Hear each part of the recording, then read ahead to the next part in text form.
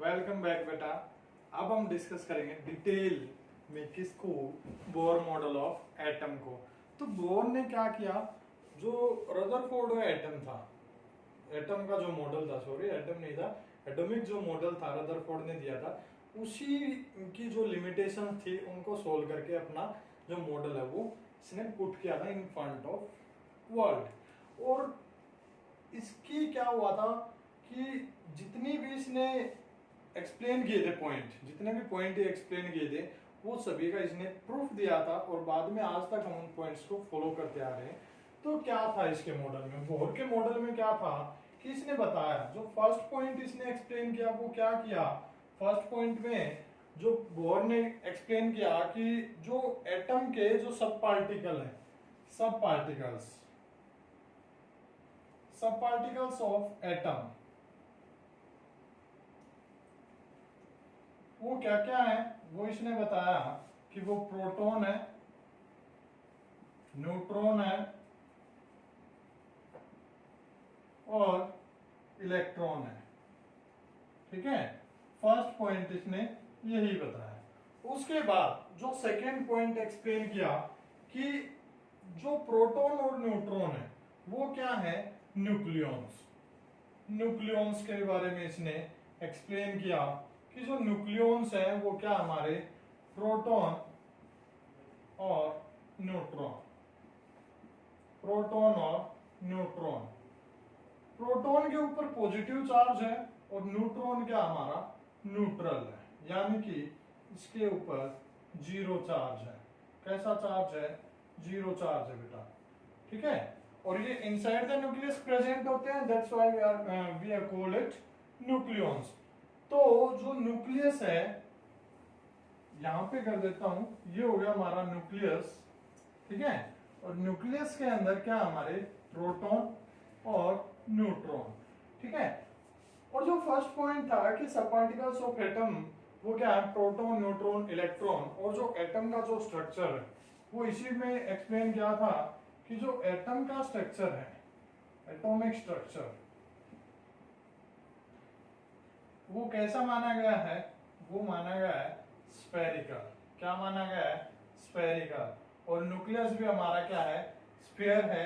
ठीक है, जिसके अंदर हमारे क्या है, ये दो nucleons present, two type of nucleons are present, proton and neutron. ठीक है, और बताया कि जो प्रोटॉन न्यूट्रॉन है वो क्या करते हैं, होल्ड करते हैं the most of mass of an atom, यानी कि जो whole mass, almost whole mass of atom is concentrated inside the nucleus.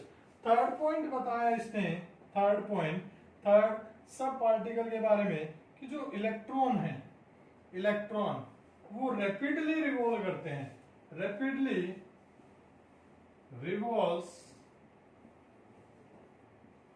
Around the nucleus, around the nucleus in orbits.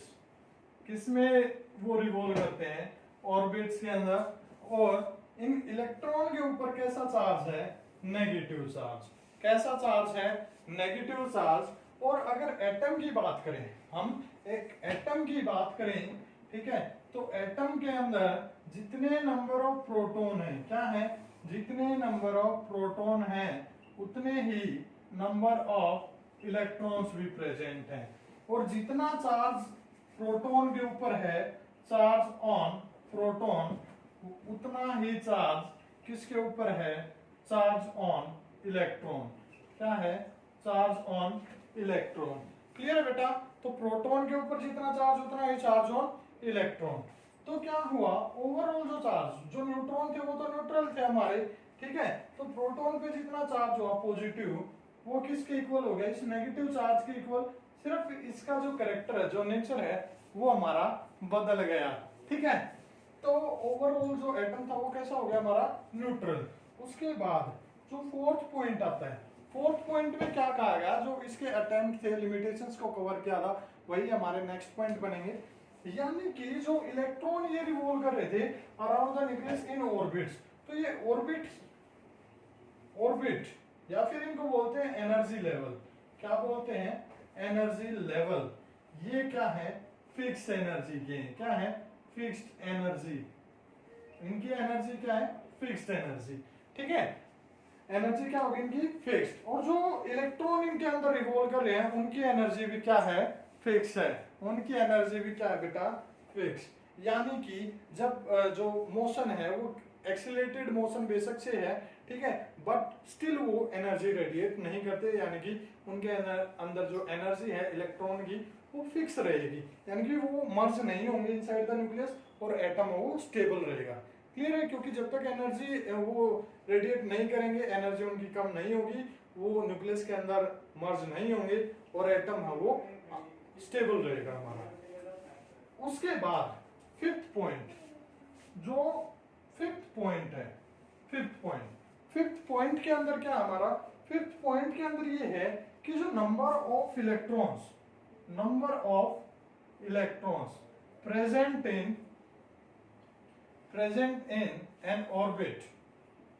In an orbit, वो भी क्या है? Fixed है। क्या है? फिक्स्ड। और जो नंबर ऑफ ऑर्बिट्स वो कैसे रिप्रेजेंट करते हैं? ये हमारा न्यूक्लियस था, इसके अराउंड कितने हैं? टोटल 6 ऑर्बिट हैं। कितने ऑर्बिट हैं बेटा? 6। और उनके नाम क्या क्या है? K, L, M, N, O and P. K, L, M, N, O, P. जो हम यूज करते हैं वो ये फर्स्ट 4 हम यूज करते हैं। ठीक है, फर्स्ट 4 का हमने क्या करना है? यहाँ पे स्टडी करना है। के, एल, एम और एन के बारे में हमने स्टडी करना है। तो ये हमारा न्यूक्लियस था, न्यूक्लियस के अराउंड ये के है हमारा, ये एल है, ठीक है, ये क्लोज होगा, एम, और इसके बाद हमारा आता है लास्ट एन। ओपी के बारे में हम डिस्कस नहीं करेंगे, ठीक है, हमारा काम चलेगा कहां तक? एन तक। अब number of electrons in these orbits वो क्या हमारे? फिक्स हैं। कैसे? कि जो के के अंदर मैक्सिमम 2 इलेक्ट्रॉन आ सकते हैं। कितने बेटा? मैक्सिमम 2। एल के अंदर मैक्सिमम 8, एम के अंदर मैक्सिमम 18 और एन के अंदर मैक्सिमम 32 इलेक्ट्रॉन्स। क्या होगा? Maximum 32 electrons. ठीक है, तो 2, 8, 18, 32 हमारे इलेक्ट्रॉन आ गई। अब बात करते हैं इनकी एनर्जी के बारे में। क्या बात करते हैं? तो बात करते हैं बेटा एनर्जी के बारे में। अब एनर्जी किसकी हाई होगी, किसकी लो होगी, वो हमारा नेक्स्ट पॉइंट होगा, जो 6th पॉइंट होगा। तो 6th पॉइंट में एनर्जी की बात करते हैं। वैसे तो एनर्जी उस इलेक्ट्रॉन की और इस ऑर्बिट की फिक्स है, ठीक है, ऑर्बिट की तो फिक्स ही रहेगी, लेकिन जब हम क्या करेंगे, बाहर से एनर्जी सप्लाई करते हैं किसी भी एटम को, ठीक है, मैंने ऑलरेडी बताया लास्ट वीडियो में बेटा, जो इनर ऑर्बिट है के की एनर्जी सबसे कम है, फिर इससे ज्यादा एल की है, फिर एम की, फिर एन की, उसके बाद ओ, फिर पी, यानी कि जो एनर्जी है वो इंक्रीज होती जाती है इस टाइप से, के, L, M, N, O, P, यानी कि जो आउटर जितना बाहर की तरफ जाएंगे एनर्जी है वो इंक्रीज होती जाएगी। तो जो अंदर का हो गया वो हो गया हमारा लोअर एनर्जी लेवल या लोअर एनर्जी ऑर्बिट, ठीक है, और बाहर की तरफ वो हो गया हमारा हायर एनर्जी ऑर्बिट। क्लियर है बेटा? तो जब किसी एटम को एनर्जी हम बाहर से सप्लाई करते हैं, तो एनर्जी सप्लाई करेंगे तो वो चीज अनस्टेबल होएगी, ठीक है। तो देखो के की एनर्जी कम थी, इसके अंदर जो इलेक्ट्रॉन है उसकी एनर्जी भी कम है, लेकिन बाहर से हम एनर्जी प्रोवाइड कर रहे हैं, तो इलेक्ट्रॉन एनर्जी को गेन तो कर लेगा, और एनर्जी गेन करने के बाद वो उस लोअर एनर्जी ऑर्बिट के अंदर स्टेबल नहीं रह पाएगा।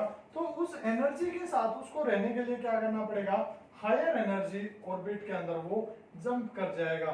तो के अंदर 2 इलेक्ट्रॉन थे मान लो, और इसको एनर्जी हमने दी, तो ये 1 इलेक्ट्रॉन वो जंप कर जाएगा किसमें, एल में। और ज्यादा एनर्जी दी तो ये सेकंड भी क्या कर जाएगा, जंप कर जाएगा। और ज्यादा दी तो एल से भी ये जंप कर सकता है किसमें, एम में। तो इस टाइप से लोअर एनर्जी ऑर्बिट के अंदर से इलेक्ट्रॉन वो जंप कर जाएंगे हायर एनर्जी ऑर्बिट के अंदर। तो ये था हमारा बोर मॉडल ऑफ एटम।